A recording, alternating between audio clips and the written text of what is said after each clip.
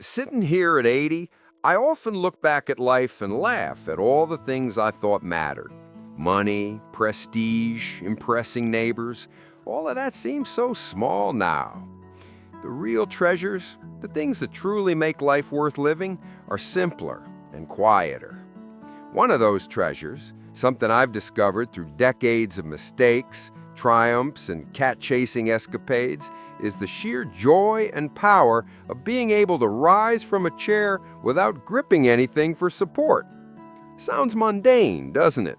Yet, my dear friend, is one of the best indicators I've seen of a long, independent, and vibrant life.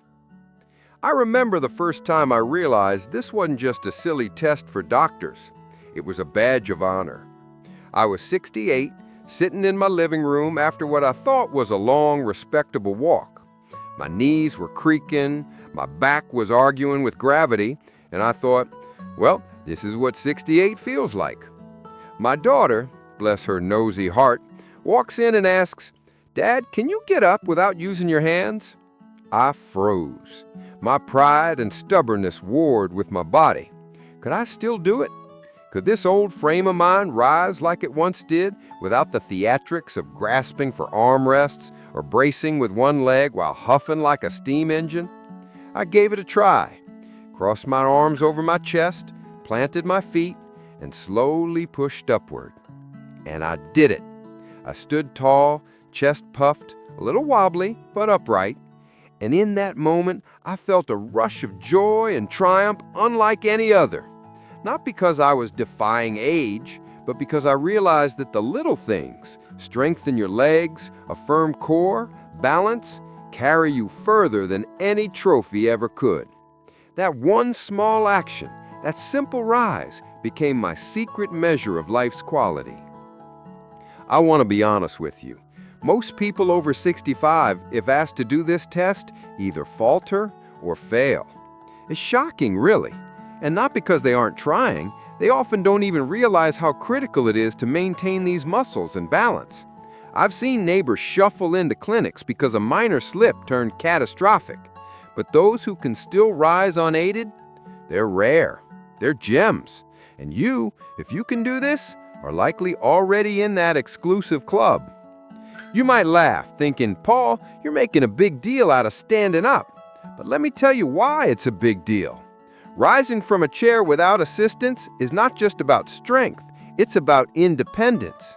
It's about proving to yourself, to the world, and maybe even to your cat that your body still listens to you, that it can protect you, that it can carry you through the adventures yet to come. And adventures, my friend, don't stop at 65 or 70. Oh no, they just get sneakier. The grandkids get faster, the cats get craftier, and life throws little challenges that test not just your muscles, but your patience, your courage, and your humor. Take balance, for instance. Balance. Our old friend that slowly retreats with age, like a timid cousin at a family reunion. Every time you rise from a chair, your stabilizing muscles engage. Your inner ear sends signals to your brain. Your brain coordinates with your body. Suddenly, a seemingly simple movement becomes a full orchestration of grace and coordination. It's like being part of a secret ballet that only your body understands. And once you master it, once you feel that steadiness, you'll walk taller, move faster, and laugh harder because you're no longer afraid of the small missteps that used to terrify you. I still remember Mr. Thompson, my neighbor. He turned 72 last year. A lovely man, but he'd given up on exercise years ago. Every time he tried to get up from a chair, it was a theatrical event involving groans, gasps, and occasionally dramatic flailing. Poor man almost needed a spotter just across the living room. Watching him, I realized something. Mobility is not just a physical skill, it's a statement of autonomy. And autonomy, my dear friend, is priceless. Now, I don't mean to scare you with grim tales. Life isn't about fear. It's about joy, adventure, and yes, a little mischief. I've spent my 80 years learning that laughter and movement go hand in hand. I often practice my chair rises just for fun, and sometimes just to confuse the cats or impress the grandkids. There's a strange thrill in proving to the world that age may be a number, but strength, movement, and audacity are timeless. I want to give you a few practical tips if you'll allow me. Start small, don't rush.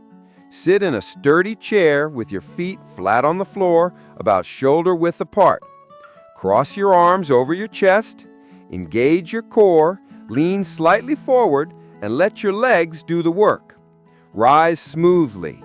If you wobble, laugh, correct, and try again. Do this daily. Even 10 repetitions can make a profound difference over time. Your legs, hips, and core will thank you. Your confidence will soar. And if you're anything like me, you'll begin to feel a little smug, a little proud, and a lot alive. But let's not forget the mental magic in this. Every rise, every successful stand sends a message to your brain. I am strong. I am capable. I am alive. It's a little spark that ignites courage, clarity, and determination. Seniors who maintain this ability often report better memory, sharper thinking, and a general sense of vitality. It's like telling your body and brain, we're not done yet. There's more mischief to make, more laughter to share, more life to live. And yes, I've been guilty of underestimating this power myself. I used to think, well, I'm 70, I'll take it easy now. But then I met Eleanor, a sprightly 77-year-old woman in my community. She could stand from a chair with the grace of a dancer, jog lightly, and even challenge me to backyard races. And I, a supposedly seasoned 75-year-old, struggled to keep up. That's when I realized age isn't just a number. Strength, movement, and willpower define how gracefully we age. Eleanor wasn't lucky. She had trained herself daily, not just in the gym, but in life, constantly challenging her body to rise, stretch, and thrive. Now, don't get me wrong, this isn't about looking young or impressing anyone. It's about resilience. It's about longevity. It's about waking up at 80, feeling proud, independent, and cheekily capable of throwing a grandchild over your shoulder, or at least pretending to, without risking a broken hip. There's joy in that. There's a sense of victory in that. And my dear friend, if you can still rise from a chair unaided, you're holding a secret key to that joy. Let me make this even more practical. You don't need fancy equipment. You don't need expensive gyms or trainers. Just your body, a chair, and a willingness to defy the creeping pull of gravity and age. Practice, gently push yourself, and celebrate each small success. Every day you do it, you're strengthening your legs, improving your balance, and boosting your brain. You're giving yourself a better chance to live longer, not just in years, but in quality of life. I'd be remiss if I didn't mention that humor is part of this journey. I laugh often while doing my little exercises, mostly at myself. My knees pop like popcorn, my back grumbles like an old diesel, and my arms sometimes flail like windmills when I lose balance. But that laughter, that joy, is part of what keeps me going. I've learned that embracing the absurdity of aging keeps you light, happy, and surprisingly resilient. And let's pause for a moment. If you're enjoying this conversation, if you're feeling inspired, I want to encourage you to like this video, leave a comment, and subscribe. Why? Because there's a wealth of stories, tips, and laughter waiting for you, all designed to remind you that age is no barrier to fun, independence, and vitality. Plus, you'll be joining me in celebrating the rare gems, those who rise, quite literally, above the ordinary. Now, here's another story for you. My friend Margaret, 79, was always skeptical of any exercise that didn't involve sitting in a lounge chair with tea, but I convinced her to try the sit-to-stand routine. On the first day, she struggled, wobbled, and nearly fell backward. I, of course, caught her in time, and we both burst into laughter. But after a few weeks, she could stand effortlessly, and the glow on her face, priceless. She felt stronger, lighter, more in control. And that's the essence of what I'm trying to share with you. Movement is life.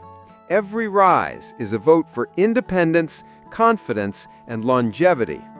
And let's pause for a moment. If you're enjoying this conversation, if you're feeling inspired, I want to encourage you to like this video, leave a comment, and subscribe. Why?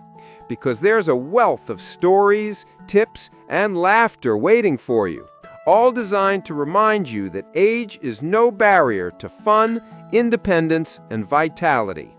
Plus, you'll be joining me in celebrating the rare gems, those who rise, quite literally, above the ordinary. When I wake up in the morning these days, the first thing I do isn't reach for my glasses or my coffee. It's sit at the edge of the bed and make sure I can stand up without gripping anything. Sounds silly, right? But at 80, I've learned that little tests like these are the secret indicators of whether I'm thriving or just existing. And my dear friend, it's these little victories that make the difference between a long, joyous life and one of slow frustration. The other morning, I was telling Margaret, remember her? The sprightly 79-year-old who now does chair rises like a ballerina? How important it is to keep practicing. She laughed and said, "Paul, you're obsessed." And maybe I am. But obsession in this case is healthy, because every time I rise smoothly, I remind myself of the strength that still lives in me. And in a way, it's like sending a little signal to the universe. I'm not done yet. I'm here, I'm capable, and I intend to keep laughing, moving, and causing mischief for a long time. I want to share something funny. A couple of weeks ago, I decided to challenge myself in the park. There were some younger folks doing exercises, looking all serious and concentrated, and there I was, an 80-year-old man doing my chair rises on a park bench. Someone shouted, "You need help, sir?" I just laughed and rose smoothly, chest out, arms crossed, and said, "Nope, I'm good." And in that moment, I felt like a superhero whose power isn't flying or invisibility, but longevity, independence, and pure stubbornness. Here's the thing about staying strong at our age. It's not just physical, it's mental and emotional too. I've seen friends give up because they think, "I'm too old for this." That's the moment we start losing, not just muscle, but spirit. When you can still rise unaided, it's more than strength. It's a declaration that life hasn't slowed you down, that despite creaky knees, stiff hips, and an occasionally rebellious back, you're still in the game. And believe me, there's something almost magical about this. One day, while practicing my morning routine, I realized I was smiling mid-rise. Not just a polite grin, but a full-on, teeth-showing, joyful smile. Because I knew at 80 that my body still obeyed me, that my legs still carried me, and that I could still live life fully. It's these small, seemingly insignificant victories that compound into a rich, long life. I can't stress enough the power of repetition. Consistency is your ally. Every day I do my chair rises, sometimes adding little twists, light bends, and subtle stretches. And every day I feel more agile, more confident, more alive. Even my cat has started watching, I think, in admiration. Or perhaps plotting my downfall. With cats, you could never be sure. And while strength and balance are key, there's also a bit of strategy involved. Posture, breathing, focus. Lean slightly forward, tighten your core, push with your legs, rise smoothly, exhale at the top. Sounds technical?